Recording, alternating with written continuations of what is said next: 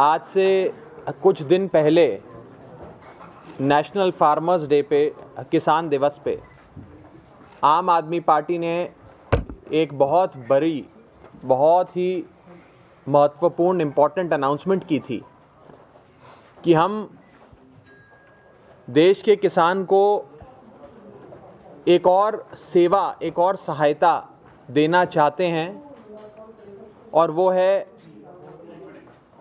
अदालत से, कोर्ट कचहरी से इंसाफ दिलाने की सहायता।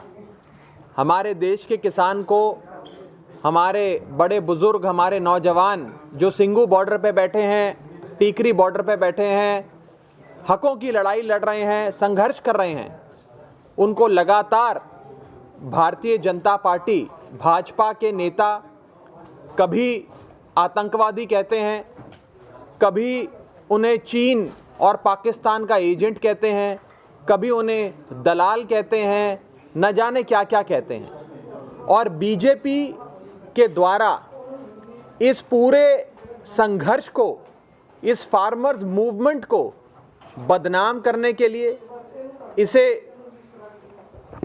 डिफेम करने के लिए एक षड्यंत्र चलाया जा रहा है, कंस्पिरेसी चलाई जा रही है, और बड़े ही सोचे समझे तरीके से इसको अंजाम दिया जा रहा है। कई सारे किसान भाई बहन हम तक आए, उन्होंने कहा कि हम कोर्ट कचहरी में भी जाकर अदालत का दरवाज़ा खटखटाकर इंसाफ चाहते हैं।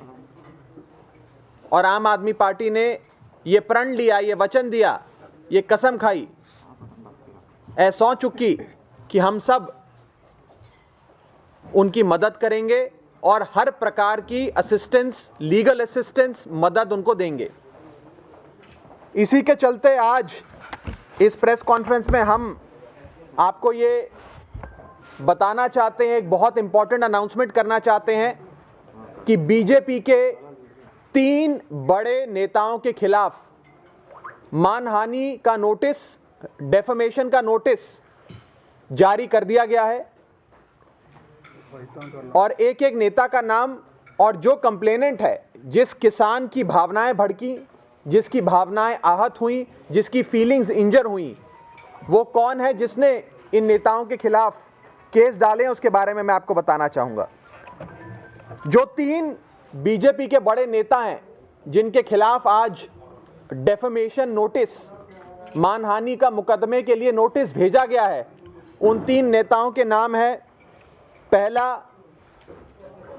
राम माधव, जो भारतीय जनता पार्टी के नेशनल जनरल सेक्रेटरी रहे और बहुत ही बड़े दिग्गज नेता हैं भारतीय जनता पार्टी के।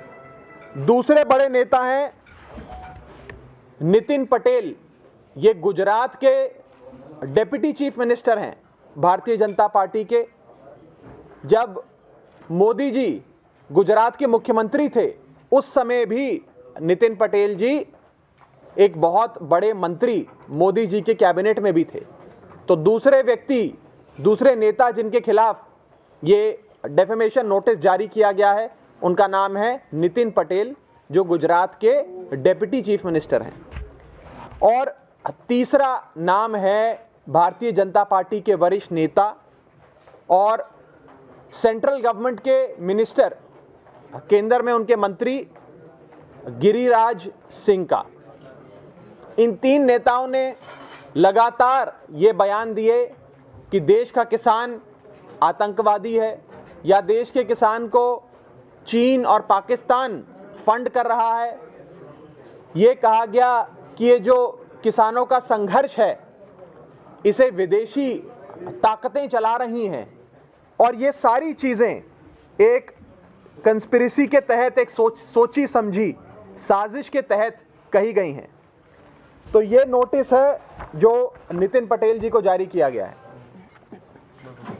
ये नोटिस है जो गिरिराज सिंह जी को जारी किया गया है, ये 2 नोटिस। और ये तीसरा नोटिस है जो राम माधव जी को जारी किया गया है। बीजेपी के 3 बड़े नेताओं के खिलाफ ये 3 मानहानि के नोटिसेस देश के किसान ने, पंजाब के किसान ने जारी किए हैं। और इसमें कानूनी सहायता, लीगल असिस्टेंस देने का काम आम आदमी पार्टी ने किया है। जो कंप्लेनेंट है, जो किसान, जो फार्मर जिसने ये नोटिस भेजे हैं, मैं उनके बारे में बहुत संक्षेप में आपको बताना चाहूँगा। राम माधव जी को नोटिस भेजने वाले कंप्लेनेंट का नाम है सुखविंदर सिंह सिद्धू।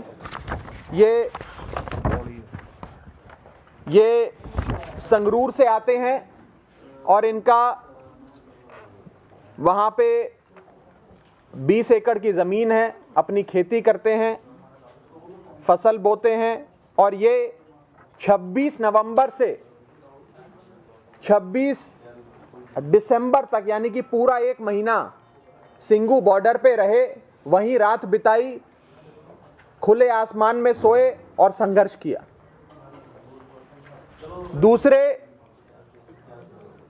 कंप्लेनेंट जिन्होंने गुजरात के डिप्टी चीफ मिनिस्टर के खिलाफ डेफेमेशन नोटिस दिया है, उनका नाम है रमनीक रंधावा। ये जालंधर से आते हैं। ये सिंगू बॉर्डर पे 27 नवंबर से आज तक सिंगू बॉर्डर पे रहे और वहाँ पे पूरा प्रोटेस्ट कर रहे हैं, संघर्ष कर रहे हैं। इनके खेत जालंधर में है, जालंधर के रहने वाले हैं रमनीक जी। और तीसरे कंप्लेनेंट जिन्होंने केंद्रीय मंत्री, सेंट्रल गवर्नमेंट में मिनिस्टर गिरिराज सिंह के खिलाफ मुकदमा करने के लिए नोटिस भेजा है, उनका नाम है कुलदीप धालीवाल। ये जगदेव कलां से आते हैं, अमृतसर से, और ये 27 नवंबर से ही सिंगू बॉर्डर पे हैं।